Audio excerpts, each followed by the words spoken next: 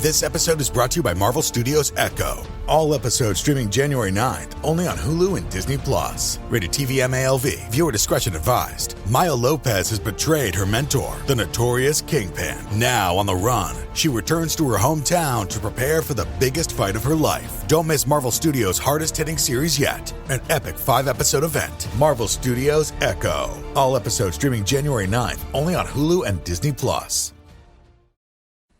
Hey, I'm Mark. And I'm Eric. And together, we're the hosts of Lorehammer, a Warhammer 40k podcast.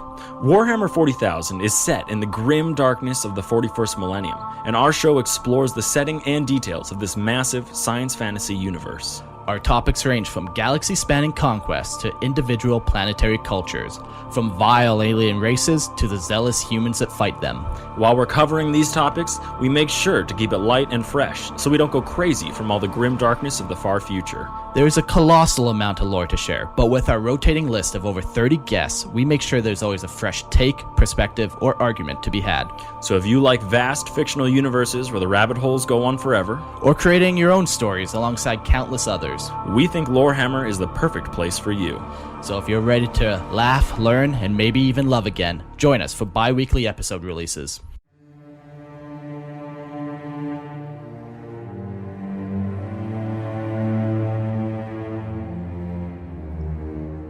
Hello, and welcome to Scare You to Sleep.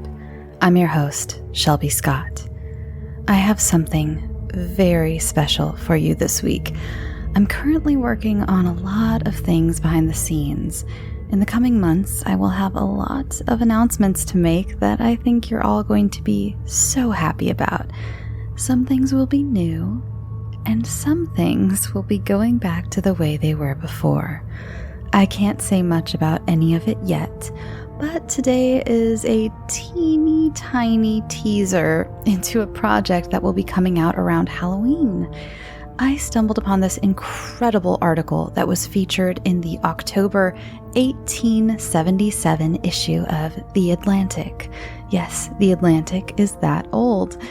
As many of you probably know, the Victorian era is when spiritualism as we know it today really started coming into fashion.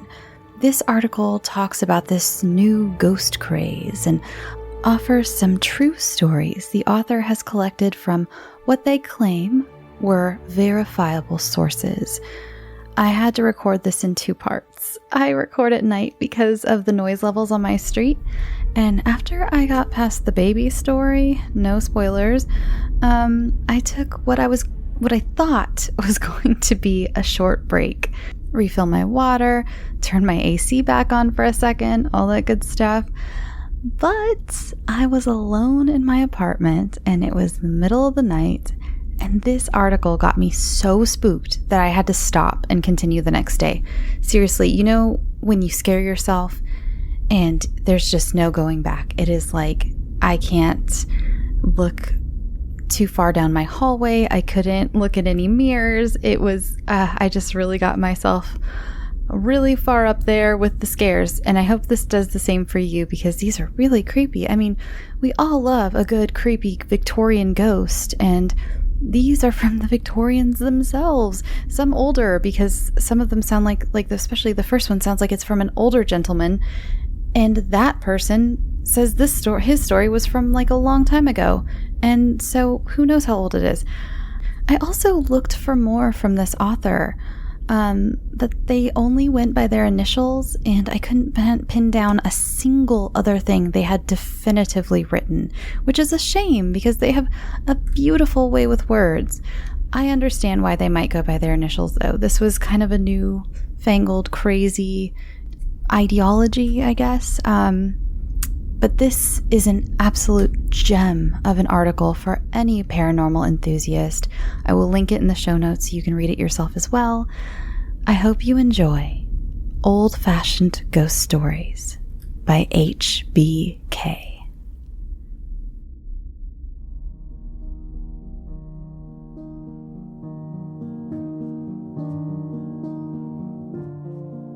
In that far-off time, which I have long been accustomed to designate as my young days, I heard very little about ghosts.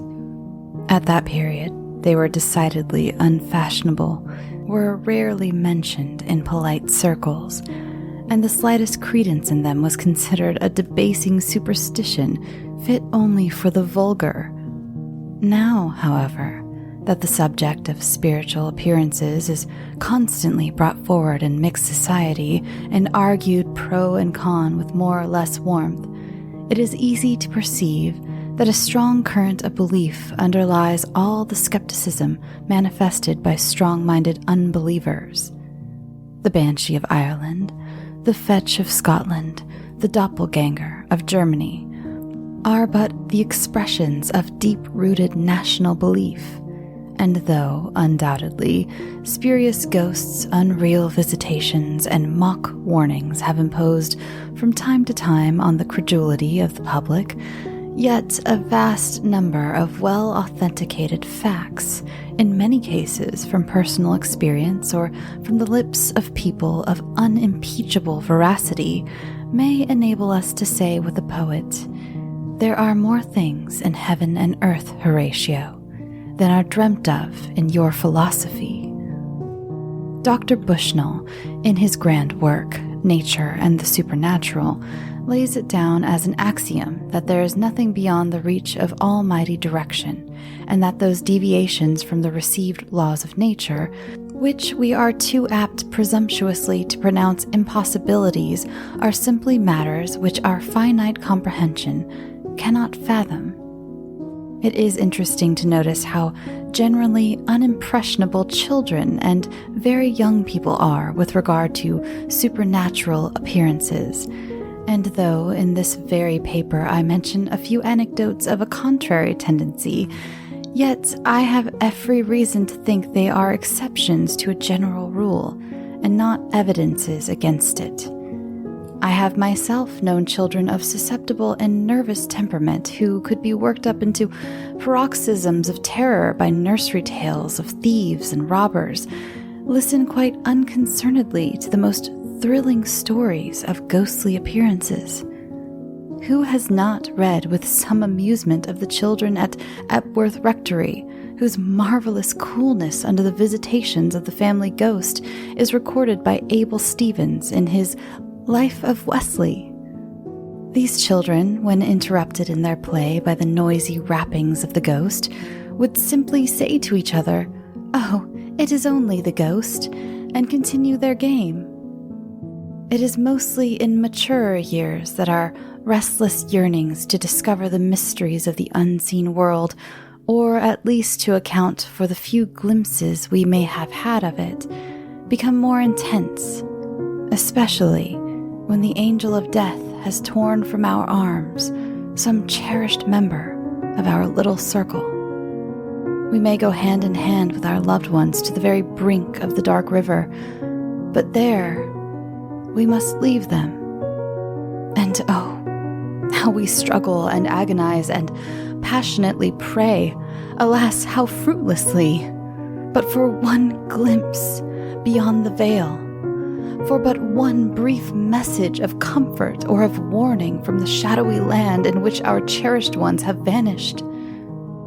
It is strange, too, that while the veil which parts the visible from the invisible world is thick and impervious to the more delicate, fragile, and susceptible children of clay, it seems at times perfectly diaphanous to some of the hard-working, practical children of toil whose spiritual sensibilities might be supposed to be of the dullest and most obtuse kind. The events which I record in this paper have taken place either in my own family or in the families of intimate friends, or are from the narration of persons of strict veracity. I begin with one told me very lately by a pious and useful minister of the Church of England. I give this anecdote of his boyish days as much as possible in his own words. I was brought up by my grandfather and grandmother, who resided in the old family mansion on the banks of Derwent in Derbyshire. This venerable place, which had belonged to our family from the time of the Norman Conquest, had a wide reputation for being haunted. And indeed, the strange noises which were heard and the strange tricks which were played, for which nothing rational could account, made the belief of general acceptance. From generation to generation, no death occurred in our family without some supernatural warning being given, and in what I am about to tell you, I was the person visited for this purpose. When I was about 17 years of age, it was rather suddenly agreed that I should go with Granny, as I called her, to pay a visit of a few days to my parents, who lived in the suburbs of Manchester. During the past summer, my youngest sister Lizzie, with whom I had been very little acquainted before, had paid us a visit at the time of haymaking, and I remember thinking that she was the most beautiful child I had ever seen. Always in white, with lovely auburn hair floating in long curls over her shoulders, and playfully darting in and out among the haymakers. She appeared to me something angelic, and when her visit was ended, I quite grieved over her departure. I was therefore much pleased when Granny asked me to accompany her to Manchester, as I should see my dear little sister again. A year before, we had lost an aunt to whom we were deeply attached, and her bereaved husband was at the present time inhabiting one wing of our old family mansion. It was the 19th of December, 1850, that after carefully packing my box for the journey and laying quite at the bottom of the box, as it stood in a corner of my room, some articles of black crepe which I had worn at my aunt's funeral, I went to pay a farewell visit to my uncle in his part of the house. After I had sat with him some time, the hall clock struck 4, and just at that moment, I felt a deadly chill and shivering all over me, exactly as if I had been suddenly plunged into cold water. I became deadly pale, and my uncle, in an alarmed tone, asked what was the matter with me. I said I did not know, but that I had never felt such a strange sensation before. My uncle imagined I must have taken cold, and recommended my going early to bed, as I was to travel the following day. Having quite recovered from my unpleasant feelings, I spent the evening as usual and retired to bed at the accustomed time. Now, my bedroom was at the end of a long, narrow corridor, and exactly opposite the door by which I entered was the door of a room said to be haunted, which was always kept closed, and which no servant in the house could be persuaded to enter. Indeed, they very unanimously avoided going into the corridor itself after dark, though it opened into many bedrooms beside my own. I had 2 or 3 times, while a boy, been in the haunted room with my grandfather. I saw nothing remarkable about it, but a good deal of moldy, old-fashioned furniture, and an immense funereal-looking bed at one end, with hangings which had once been splendid, but were now dropping to pieces from age and neglect. The bed in my room stood exactly facing the door by which I entered, and the door of the haunted room across the passage.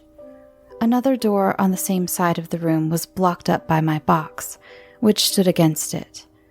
I cannot distinctly remember whether or not, in entering for the night, I closed my bedroom door, but think it almost certain that I did so, for it was December and the weather very cold. I went to bed full of my tomorrow's journey, and not giving a single thought to either ghosts or haunted rooms, went fast to sleep. How long I slept, I cannot guess, but I found myself sitting up in bed intently watching the door of my room, which was wide open, and the door of the haunted room, which was also open, and which I could see distinctly across the corridor as the moonlight fell upon it. From this room came a figure, which I watched across the passage, and which, On approaching my bed, I at once recognized as the aunt I had lost the year before, dressed in the same clothes I had last seen her in. She had a most fond and tender expression on her face, but it changed into an angry frown when, stretching over the side of the bed, I tried to embrace her, exclaiming, "Oh, dear aunt, is that you?" I felt that I clasped the empty air, the figure vanishing in an instant from my sight.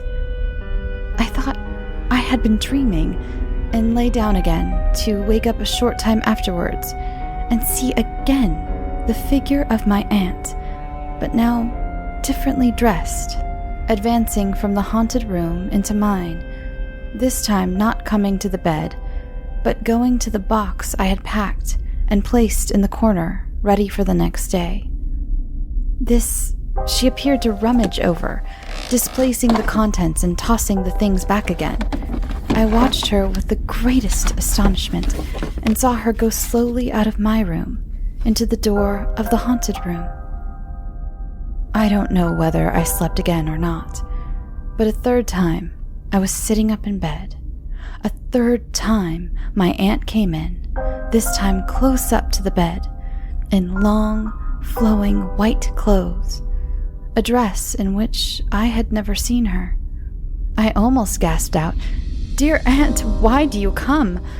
To which she replied very clearly and distinctly, but with something of effort, "I come to make an important communication, but it is all comprised in these words. Poor Lizzie. But don't grieve. Lizzie is quite happy." As she finished these words, I started from the bed with outstretched arms. But she had vanished, and I fell heavily to the floor where she had stood. I suppose that after getting back to bed, I slept till morning. But as soon as I saw my grandmother, I told her all the circumstances and made her look at my box, which was in the greatest disorder, and all the articles of mourning which I had placed at the bottom of the box, I found at the top. My grandmother looked grave, but said nothing. I still persisted in thinking it but a curious dream, and we started on our journey that very morning. I was quite in my usual spirits when we arrived at the last railway station. From here, we still had a long walk to where my parents lived, and as we were not expected, I pleased myself by thinking how surprised they would all be. We arrived, and just as I laid my hand on the latch of the garden gate to open it for Granny, I felt exactly the same deathly chill and shivering which had come over me while sitting with my uncle the evening before. When I had recovered, and we were going up the long gravel walk, I said to my grandmother, "How strange the house looks, Granny. All the windows are draped with white, and I never remember my mother's room having white curtains before." Granny made no answer, and as we knocked at the door, my mother opened it, led us into the hall, and received us most affectionately, but spoke in a hushed, subdued tone which frightened me.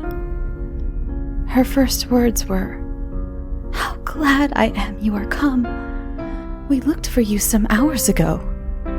"How can that be?" we replied, "when we meant to surprise you, and did not write that we were coming."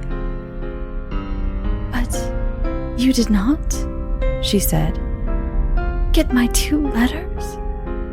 The one in which I wrote of dear Lizzie's dangerous illness from scarlet fever a week ago, and one to tell you of her death at 4 o'clock yesterday, which last ought to have reached you before you started this morning." This was a dreadful blow to us, for, as we told my mother, we had received neither letter.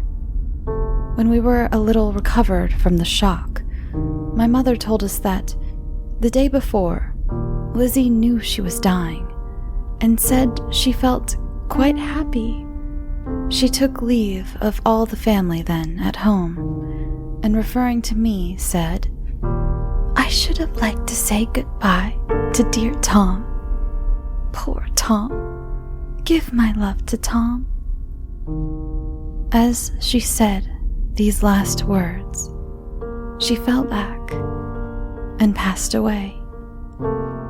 Just at that moment, the clock struck 4. She died then, exactly at the time when I felt the deathly chill while sitting with my uncle.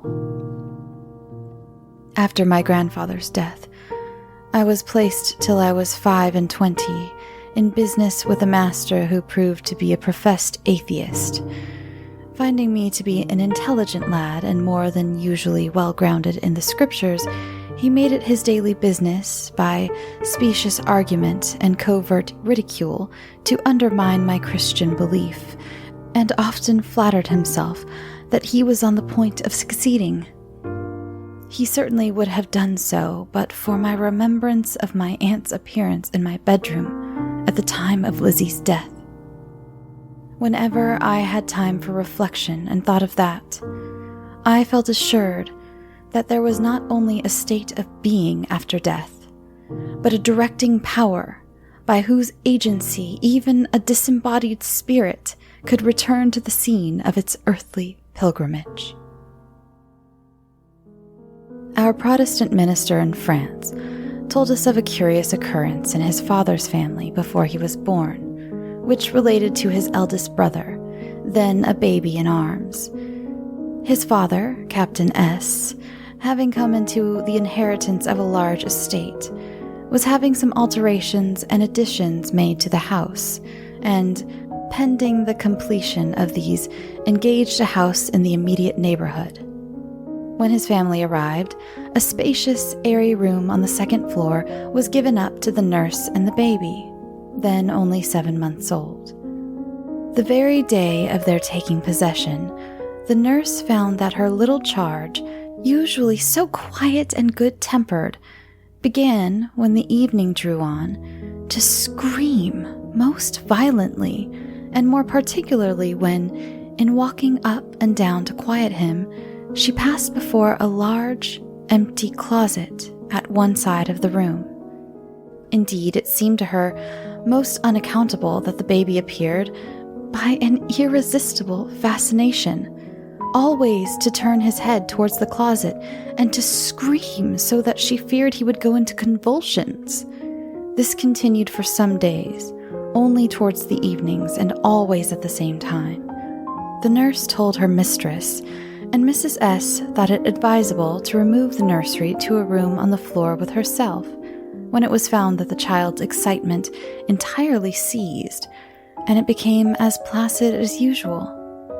After Captain S. removed to his own house, the one he had hired was pulled down by the landlord, and under the floor of the empty closet was found the skeleton of a person who had evidently been murdered and hidden away there long years before. There were no rumors in the place implicating any of the recent owners of the house in question, but a very old woman remembered to have heard in her youth of the mysterious disappearance of a young girl from the family of a visitor to the place, who was never heard of again.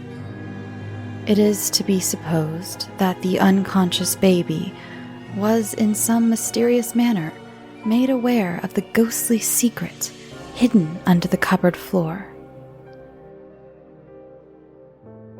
A young English lady, nearly connected with our family, married, while visiting in Germany, a gentleman of rank and fortune, with whose mother, who lived at a distance of about 40 miles away, she became a great favorite.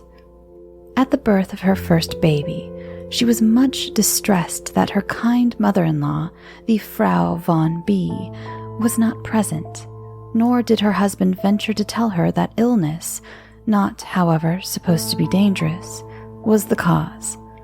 All went well in the sick room, and 5 days afterwards, Madame B, her baby boy beside her, was sleeping soundly with her curtains drawn, just as darkness had settled down at the close of a winter's day. Contrary to her usual custom, the nurse, seeing the lady so fast asleep, had left the room to get something necessary for the night.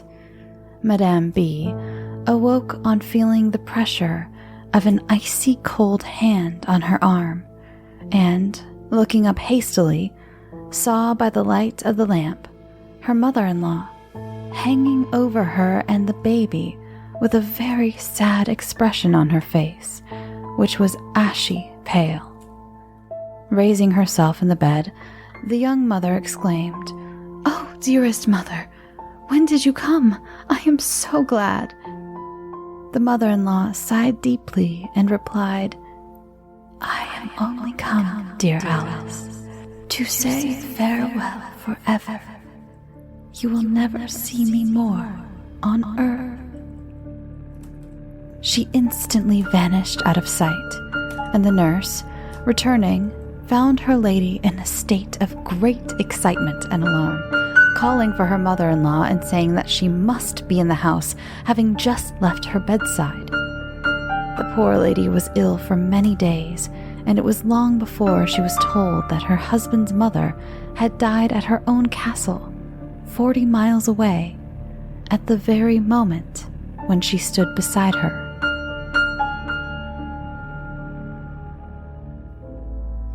A sister of this young Madame B was staying at Brighton with the family of a young friend in a deplorable state of health, but who was gradually getting better under the care of a doctor, clever and zealous, who visited her daily and took the greatest interest in her case. He was a tall, slender man with long, thin fingers, most remarkably white, and a countenance which seemed to bear the impress of all the woes and troubles of his numerous patients. So deep was the sympathy he felt for those who suffered. One day, there was much sorrow in the family. The kind physician on whose visits they so much depended died suddenly. None of them dared to tell the invalid, and for a few days nothing was said. But the family noticed that poor Minnie S. looked very pensive and grave. At length her mother thought it best to tell her, when she quietly replied, "I have known it from the first. Lai came and told me himself, and comes to see me every night." A few nights after this, for some reason or another, the invalid went to sleep in a different room, and the young friend staying on a visit took her place in the vacated bed. Towards midnight, the family, who kept late hours, retired for the night, and Georgie D. took possession of her friend's bed, quite ignorant of the doctor's nightly visits. In about an hour, loud shrieks were heard from the room, and the young girl was found on the side of the bed, pale and trembling, almost convulsed with terror. She said that having undressed and gone to bed, first shutting and locking the bedroom door, she went fast asleep, leaving her curtains undrawn and the lamp on the dressing table alight. She was awakened by a rustling noise beside her bed, and, starting up, saw the doctor, dressed just as he was in life, standing there. He then sat down on the side of the bed and laid his long, pale hand on her arm. But the moment he saw that the occupant of the bed was changed, he got up and vanished from her sight before reaching the door. Strange to say, that very instant he went to the room where Minnie S. was sleeping and held his customary conversation with her, quite unseen and unheard by Annie D., a younger sister of the one whom he had just been so plainly visible.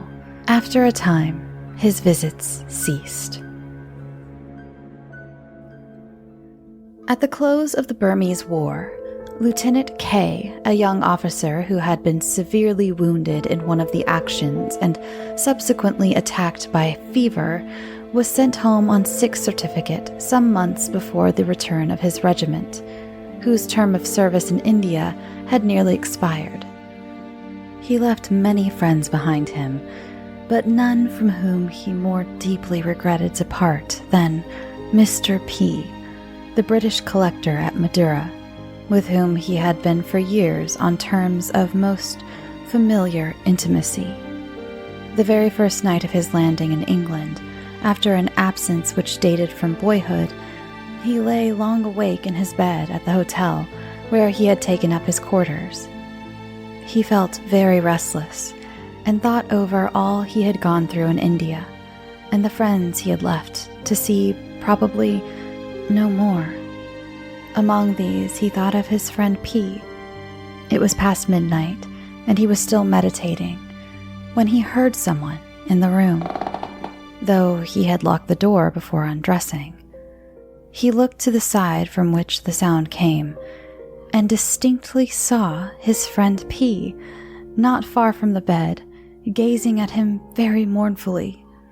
Astonished beyond measure, he prepared to step out of bed, exclaiming, "Why, P, whatever brings you here?"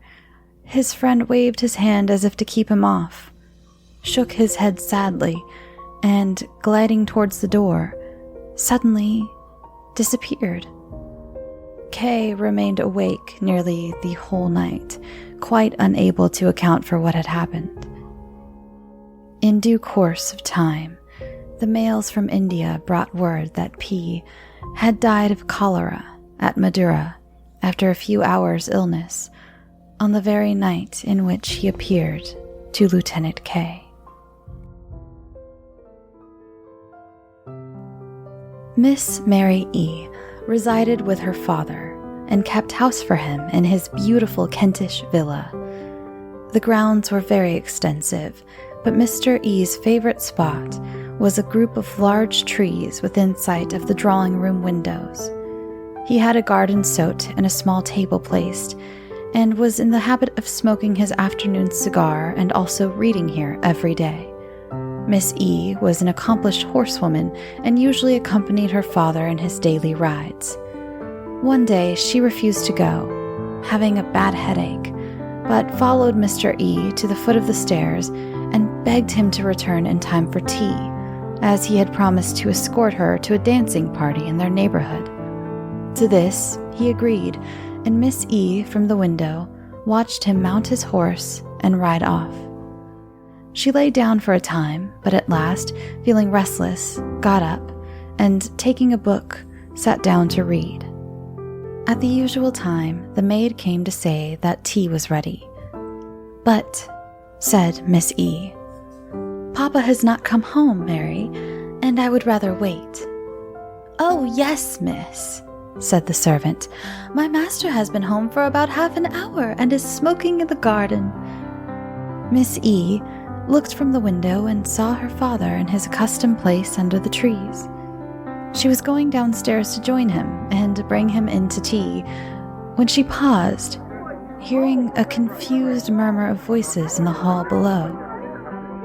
A deadly fear, for which she could not account, seized her. But recovering, she went down to find a group of men from the village, many of whose faces she knew by sight, bringing in on a shutter the dead body of her father. His horse had shied, it was supposed, at a heap of stones at the side of the road, and his head coming in contact with the stones, death must have been instantaneous. At the time that Mr. E. was distinctly seen by the servant and his daughter, he was lying a bleeding corpse.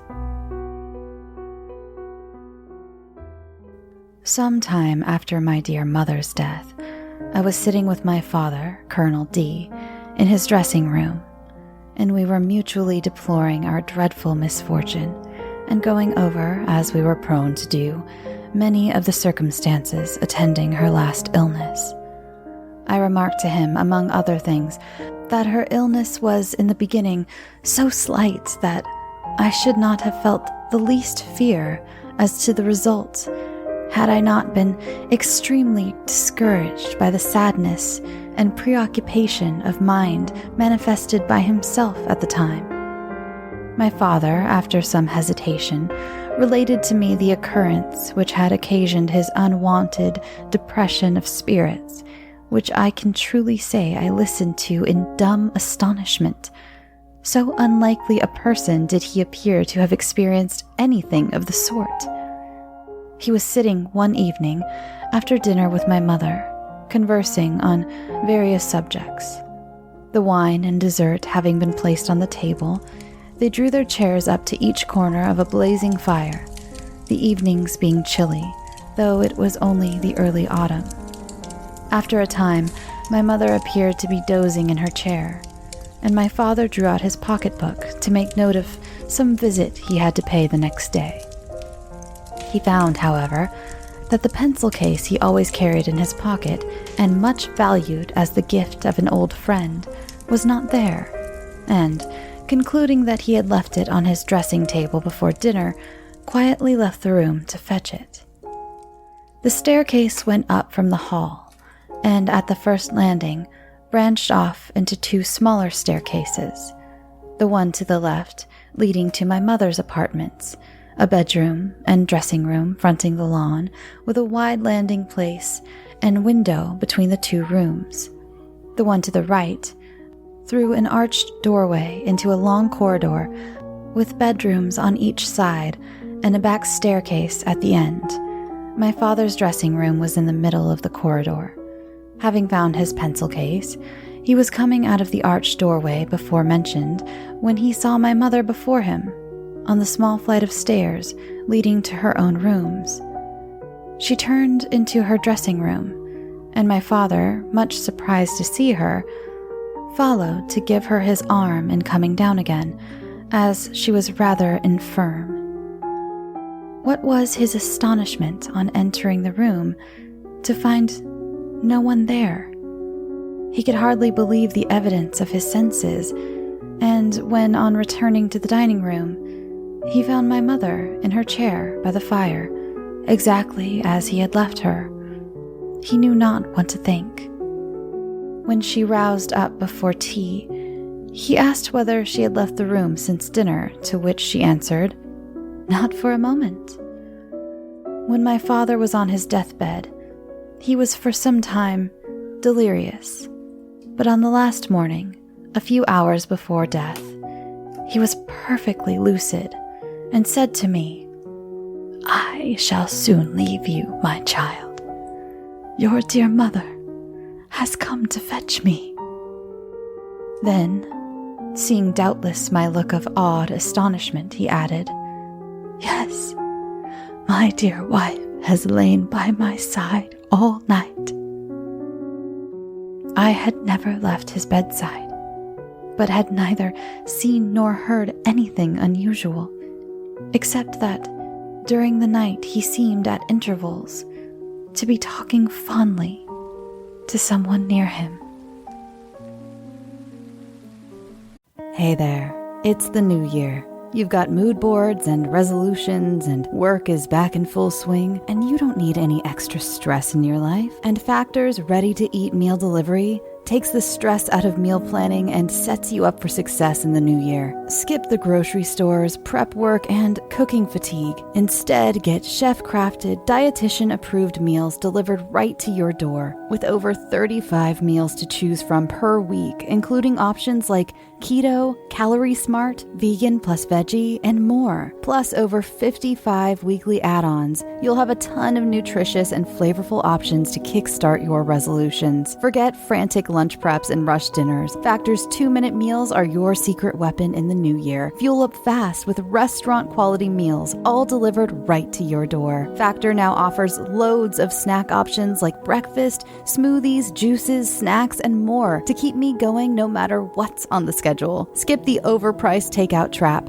Factor is cheaper and way more delicious than takeout. Get chef-crafted, restaurant-quality meals delivered right to your door. They are ready to heat and eat in just 2 minutes, which means more time for you. Need a special occasion meal? Gourmet Plus is the perfect solution if you're looking for fast, upscale options done easily. When things get hectic, Factor is flexible. Change up your order every week with plans from 4 to 18 meals per week. Or pause or reschedule your deliveries anytime. Stress less over meal times in the new year. Factor's no prep, no mess meals free up time otherwise spent on shopping, cooking, and cleanup. No more wasting time in the kitchen. Not only does Factor offer fast, simple solutions when I'm too busy to cook, they also help me stay on top of my goals. With offerings like Protein Plus and Keto, I can stay on track. This is definitely going to come in handy for my New Year's goals. Factor has everything I need for a week of flavorful, nutritious eats. In addition to ready-to-eat meals, they have cold-pressed juices, smoothies, energy bites, extra protein, veggie sides, and more to keep me energized during frantic times. Head to factormeals.com/scareyoutosleep50 and use code scareyoutosleep50 to get 50% off. That's code scareyoutosleep50 at factormeals.com. As many Scary to Sleep fans know, I've been going through a lot of changes in my life. And one thing I've been doing is getting my finances much more organized, and that includes paring down some of the subscriptions I pay for. It feels like everything is a subscription these days, be it for the gym or streaming services or music, the list goes on, and something that has helped me tremendously is Rocket Money. They not only helped me cancel subscriptions that were a pain to try to do myself. Have you ever tried to deal with some of these companies directly? It's just a headache. Rocket Money also alerts me when the subscriptions I did keep go up in price, giving me the ability to weigh my options and keep those little extras that add up oh so quickly in check. Rocket Money is a personal finance app that finds and cancels your unwanted subscriptions, monitors your spending, and helps lower your bills. I can see all of my subscriptions in one place, and if I see something I don't want, I can cancel it with a tap. I never have to get on the phone with customer service. Rocket Money has over 5 million users and has helped save its members an average of $720 a year with over 500 million in canceled subscriptions. Stop wasting money on things you don't use. Cancel your unwanted subscriptions by going to rocketmoney.com/scareyoutosleep. That's rocketmoney.com/scareyoutosleep. rocketmoney.com/scareyoutosleep. Thanks for listening. And I just want to say thank you so much for all of the support I've received lately. It means so much to me. Like I said in the beginning, the show is going through a very large transition period at the moment. I can't say a lot about it yet. In fact, I may not be able to say a lot about it until maybe the end of September, so right in time for Halloween season. But just know that good things are coming. I like I said, I think you're all going to be very happy with the changes that are happening. Don't worry, the show itself is not going to change. It's still going to be the same format, same voice. I'm not going to change into scare you awake and just put out episodes of me screaming for an hour straight. I promise. And remember, I wanted to put this out too. I haven't for a while. So the email address for submitting is scareyoutosleep@gmail.com. Send in your submissions. It's great. I can't wait to read them. I also wanted to put out, because I've had some confusion and I had a few people, and I feel so bad, send me things like letters and things, which feel free to write me a letter. I love receiving your letters. I've gotten some very, very personal and meaningful letters from my P.O. box. But I have had a few people say that they've sent them to the old P.O. box address that I used to say on the show. And remember, that one got shut down for dumb reasons. But I have the new one. I will read it to you again, and I'll put it in the show notes. It's also available on my website, scareyoutosleep.com. So, yeah, you can send any and all letters or care packages or whatever you'd like to send me to Shelby Scott, P.O. Box 2554, North Hills, California, 91393-2554. Again, I'll put that in the show notes, and there's a link. It's available on the website if you go to scareyoutosleep.com. Remember to follow the show on Twitter, Instagram, Facebook. The Facebook group is growing. Twitter, all of it's growing, really. So thank you so much for that. So yeah, there's a Discord channel. There's a link to that in the show notes as well. There's a link to all the socials in the show notes. Drop me a line, say hi, email me, write me a letter. Yeah, all that good stuff. So thank you so much again for all the support. I got a lot of news this week, and I've been agonizing a lot over these changes because I wasn't sure about what the outcomes were going to be, and I've been very stressed out. I don't know if you could tell, but I feel a lot more at peace now, and it's honestly all because of all of you. I wouldn't be having to make these big, hard, scary decisions without all of you. And I know that may sound, I think I worded that in a bad way, but I mean it in a very good way. So yeah, thank you just so much. Go listen to Lorehammer, they're my buddies. Go listen to them.